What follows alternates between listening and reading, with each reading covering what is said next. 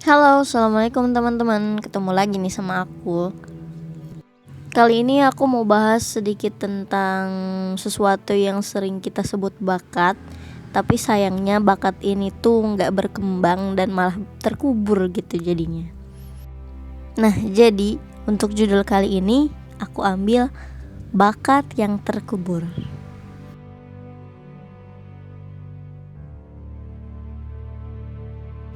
Aku ingat beberapa teman sekolah dulu.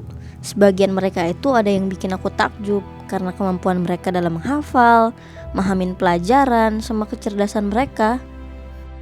Dan bertahun-tahun berlalu, waktu Allah pertemukan kita kembali, kayaknya serasa ada yang hilang gitu dari kehebatan yang dulu pernah mereka miliki.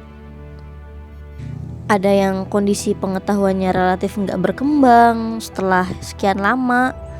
Bahkan gak jarang juga kecerdasannya tuh justru menyusut. Seakan potensi ilmu mereka itu terkubur, gak ada bekasnya. Dan secara gak sadar, aku berandai-andai sekiranya dulu si Fulan ini mengoptimalkan potensi kecerdasan yang udah Allah kasih buat mereka. Aku jadi keinget deh masa kecil Syekhul Islam Ibnu Taimiyah ketika seorang ulama dari Suriah sengaja datang ke Damaskus untuk melihat Ibnu Taimiyah kecil. Nah, setelah ketemu, ia memberikan sebuah tes dengan cara menyampaikan belasan matan hadis sekaligus. Dan ternyata Ibnu Taimiyah mampu menghafalkan secara cepat dan tepat. Begitu pula ketika disampaikan kepadanya beberapa sanad, ia pun dengan tepat pula mampu mengucapkan ulang dan menghafalkannya. Nah, sampai-sampai ulama tersebut tuh berkata kayak gini nih: jika anak ini hidup hingga dewasa, niscaya ia kelak mempunyai kedudukan besar, sebab belum pernah ada seorang bocah sepertinya. Dan prediksi itu pun benar. Beliau tumbuh menjadi ulama besar dan menjadi rujukan bagi kaum muslimin di zamannya dan sesudahnya. Masya Allah banget gak sih? Ya ampun. Dan gak cuma Ibnu Taimiyah, aku juga keinget nih masa kecil Imam Nawawi yang udah nampak gitu bibit-bibit kehebatannya sejak kecil. Dan ia dikenal sebagai anak yang cerdas dan gak suka bermain. Bayangin anak kecil gak suka bermain. Nah, jadi gini, pernah suatu ketika Imam Nawawi ini dipaksa bermain oleh teman-teman sebayanya. Namun ia menolak dan menangis. Ia lebih suka menghafalkan Al-Quran daripada memenuhi ajakan teman-temannya. Masya Allah banget kan. Biasanya anak-anak kecil tuh kan di umur mereka pastinya suka bermain gitu. Sedangkan Imam Nawawi lebih suka menghafalkan Al-Quran. Dan Masya Allah banget sih ini. Ketika Syekh Yasin bin Yusuf Az-Zarkashi, salah satu ulama di zamannya, memperhatikan keadaan Imam Nawawi kecil, ia pun mendatangi orang tuanya. Terus berpesan kalau anak ini diharapkan akan menjadi orang paling pintar dan paling zuhud pasca masanya dan bisa memberikan manfaat yang besar kepada umat Islam. Dan Allah takdirkan prediksi itu menjadi kenyataan. Dan sampai sekarang kita masih bisa merasakan kehadiran Imam Nawawi gitu, dari berbagai karya-karyanya dan lain-lain. Nah, kenapa bisa kayak gini? Ini karena mereka menyambut potensi yang Allah berikan tersebut dengan rasa syukur. Mereka tindak lanjuti dengan menumpuk ilmu, menyuburkannya, dan menempuh segala hal yang bisa menyebabkan ilmu berkembang dan berbuah.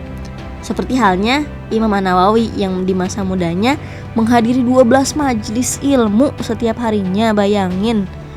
Maka dengan begini bertemulah antara bakat dan tekad, melahirkan pengetahuan dan karya-karya amal yang menakjubkan.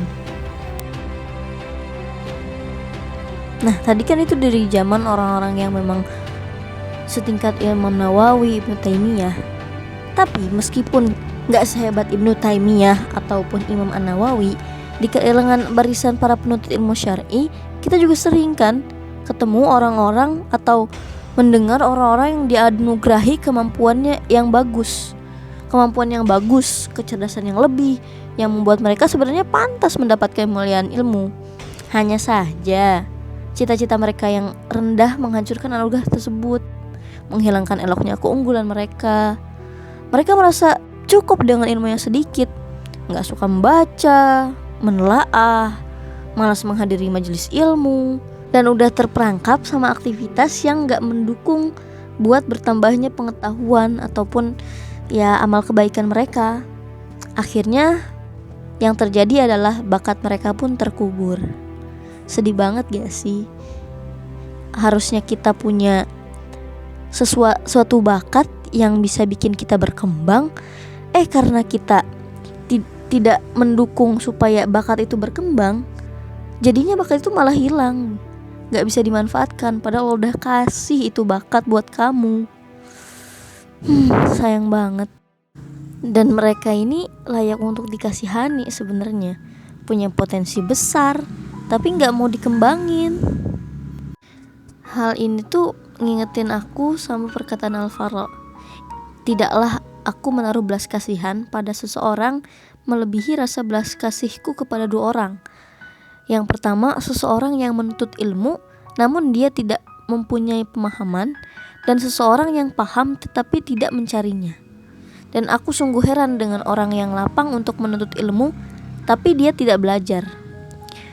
Dikutip dari Jami' Bayanil Ilmi wal Fadlihi 1/103.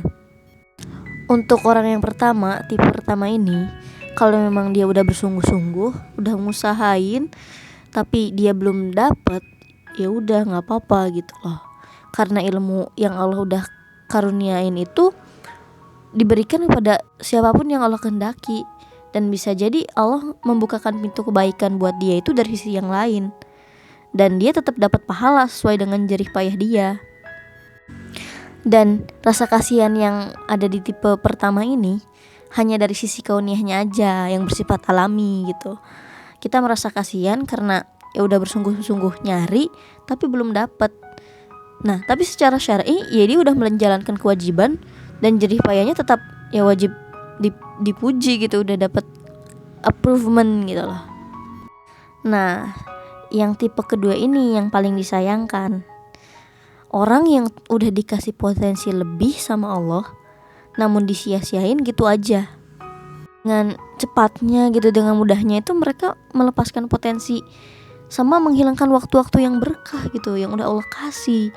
Dan ini terjadi karena kufur nikmat, dan kufur nikmat itulah yang menyebabkan nikmat yang Allah kasih itu lenyap.